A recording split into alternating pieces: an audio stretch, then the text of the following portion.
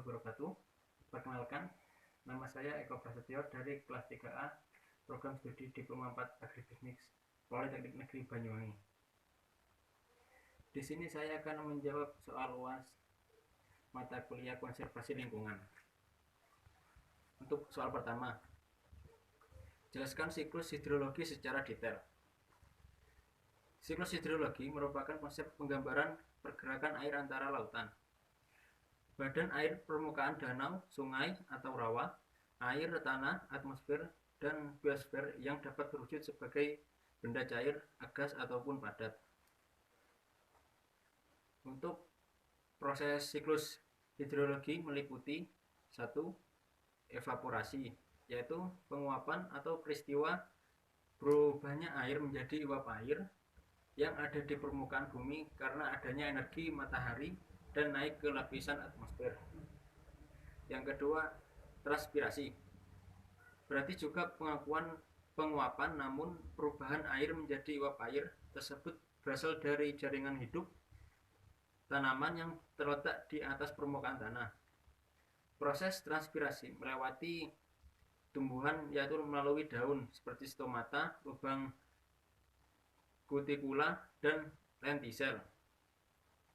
Yang 3, evapotranspirasi. Proses penguapan air dari permukaan tanah ke atmosfer yang berarti penguapan dari seluruh air dan makhluk hidup. Kombinasi dari evaporasi dan transpirasi. Faktor yang mempengaruhi laju evapotranspirasi bertambah dengan meningkatnya suhu, radiasi matahari, dan pergerakan angin laju yang berkurang dengan meningkatnya kelembapan.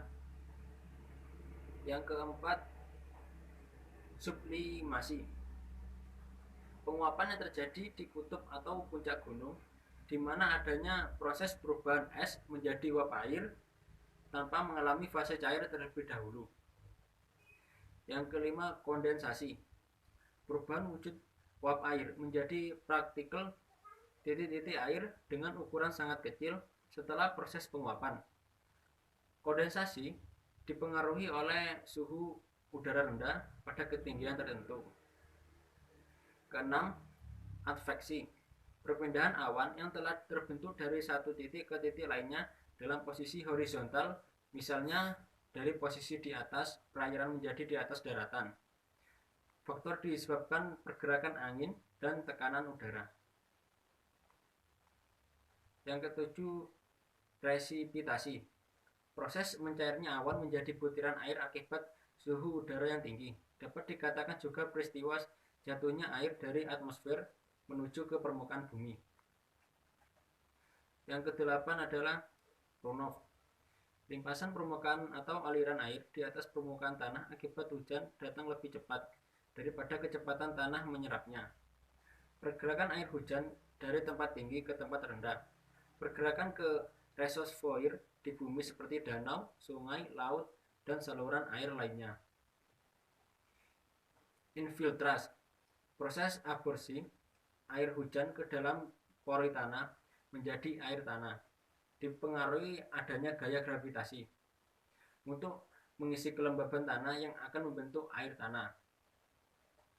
Untuk jenis-jenisnya, jenis siklus hidrologi ada 3. Yang pertama, siklus hidrologi pendek.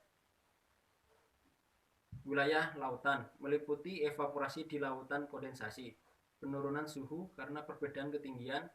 Setiap naik 100 meter, suhu udara turun 0,50 Celcius, tidak ada pergerakan awan, konveksi, presipitasi.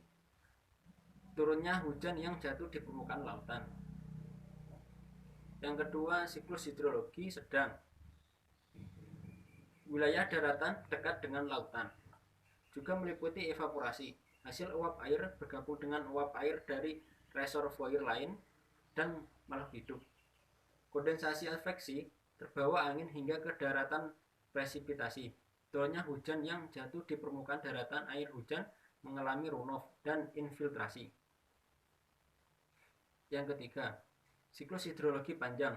Wilayah pegunungan meliputi evaporasi di lautan, uap air mengalami sublimasi, kondensasi, awan yang terbentuk mengandung kristal es, adveksi. awan bergerak menuju daratan, presipitasi. Hujan yang terbentuk adanya salju kemudian terakumulasi menjadi gletser. Gletser di daratan mencair. Hasilnya, air tersebut mengalir membentuk aliran sungai, bergerak menuju laut kembali. Lalu soal yang kedua. Bertambahnya populasi menjadikan kebutuhan lahan tidak terelakkan. Akibatnya banyak terjadi kerusakan lingkungan. Untuk memenuhi kebutuhan dasar hidup manusia, bagaimana pendapat Anda?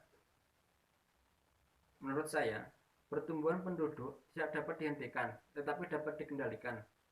Pertumbuhan penduduk yang tinggi akan menguntungkan jika tidak dikendalikan dengan tepat dan bijaksana. Contohnya dengan menerapkan 1. Desentralisasi, yaitu pembangunan yang tidak hanya memusat di kota, namun menyebar ke daerah-daerah. 2. Modernisasi desa, yaitu pengembangan program pembangunan daerah dengan berbagai kegiatan. 3. Meningkatkan hasil-hasil pertanian melalui intensifikasi pertanian ataupun ekstensifikasi pertanian. Yang keempat, meningkatkan sarana dan prasarana, transportasi dan komunikasi antar daerah.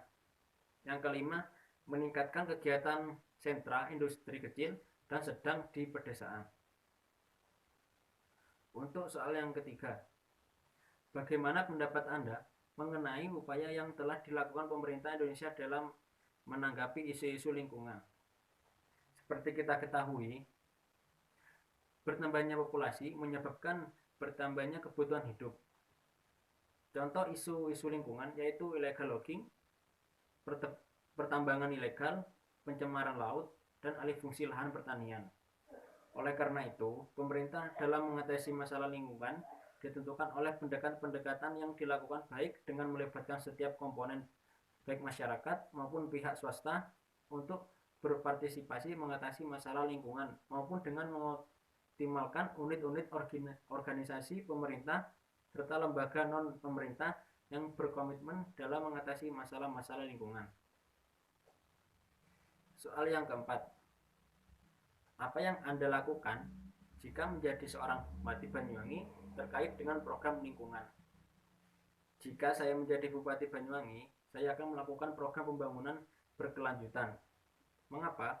Dalam upayanya untuk mewujudkan kehidupan negara yang adil, makmur, program pembangunan berwawasan lingkungan ataupun juga dikenal sebagai pembangunan berkelanjutan. Program ini merupakan upaya peningkatan kualitas hidup dengan tetap memperhatikan faktor lingkungan. Sekian, terima kasih. Mungkin itu saja yang bisa saya sampaikan. Kurang lebihnya mohon maaf. Wassalamualaikum warahmatullahi wabarakatuh.